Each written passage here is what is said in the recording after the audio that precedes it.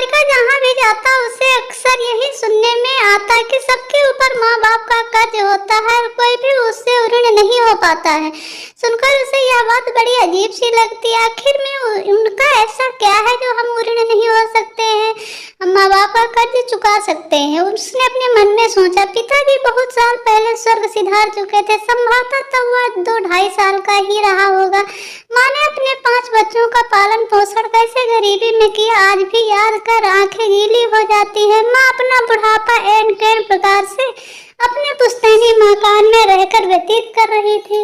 दोनों समय भोजन पड़ोस के मकान से द्वारिका के परिवार में मिल जाता था। टूटी खटिया में लेटकर कभी बाहर बैठकर जीवन के शेष दिन बीतते जा रहे थे। एक दिन द्वारिका ने आकर कहा, माँ अपने सिर से तुम्हारे कर्जे का बोझ उतारना चाहता हूँ। सब कहते हैं कि माँ बाप का कर्ज कोई नहीं चुका सकता। मैं इस मिथक अपवाद को बनकर देखना चाहता हूँ।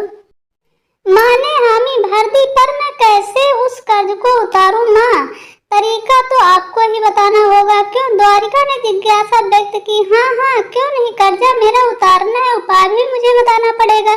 झुर्रियों से भरे चेहरे पर हल्की सी मुस्कान लाते हुए माँ ने कहा, हाँ तो फिर कहो भी कि मुझे करना क्या है। मात्र भक्त के ताव में आकर द्वारिका बोला, आज रात से सेवा करने के लिए तू मेरे साथ सोएगा। माँ ने कहा, ठीक है। सरसरी तौर पर माँ ने बेटे को निहारते हुए कहा। बेटे ने बात को संघर्ष स्वीकार किया और भोजन के पश्चात रात के शयन कक्ष के लिए आकर माँ की खटिया के पास बिस्तर लगाकर जमीन पर सो गया। थोड़ी देर में माँ उठी, बोली, बेटा मेरा जी मचला रहा है, मुझे बाहर ले चल। मात्र भक्त बेटा भूमिका निभाते हुए बेटा माँ को बाहर ले गया। पूस के महीने की ठंड बदन खाए जा रही थी, बहुत तेज ठंडी हो रही थी। बेटा सिकुड़ा जा रहा। माँ ने कहा, कुल्ला करने के लिए 1 लोटा पानी ला दे बेटा। बेटा अंदर जाकर जैसे ही गगरी से पानी निकालने लगा, कुछ पानी उसके बिस्तर पर गिर गया। दिमाग पर चोट सी पड़ी। कुल्ला करवाकर हाथ माँ का खटिया तक पकड़ कर लाया। एक हिस्सा गीला होने से दूसरी ओर जाकर वह सो गया। बड़ी देर में जैसे ही उसकी आंख लगने लगी, माँ ने फिर जगाया। द्वारिका पता नहीं बेटा गला क्यों सूख रहा। मन ही मन द्वारिका को बहुत ज्यादा गुस्सा आया, लेकिन करे तो क्या, बेचारा चुप रहा। माँ का कर्ज तो चुकाना है उसे। उठकर यानी पानी गिलास भर हाथ में थमाया। मुश्किल से 2 घूंट पी पाई। कांपते हाथों से छूटकर गिलास नीचे गिर गया। द्वारिका के बिस्तर पर जा रुका। अब तो उसके धैर्य का बांध टूट गया और गुस्से को 7वें आसमान पर चढ़ उठा। बोला, भाड़ में जाए तेरा कर्जा, अब बताओ कहाँ सोऊंगा मैं?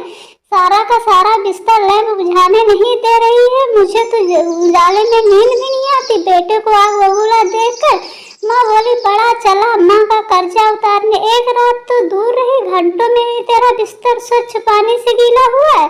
कुछ घंटों की नींद खराब हुई। जब तू वर्षों तक अपने मलमूत्र से बिस्तर को गंदा गीला करता, तब मैं सूखे और स्वच्छ जगह पर तुझे सुलाती और स्वयं गंदे गीले जगह में रातें गुजारती।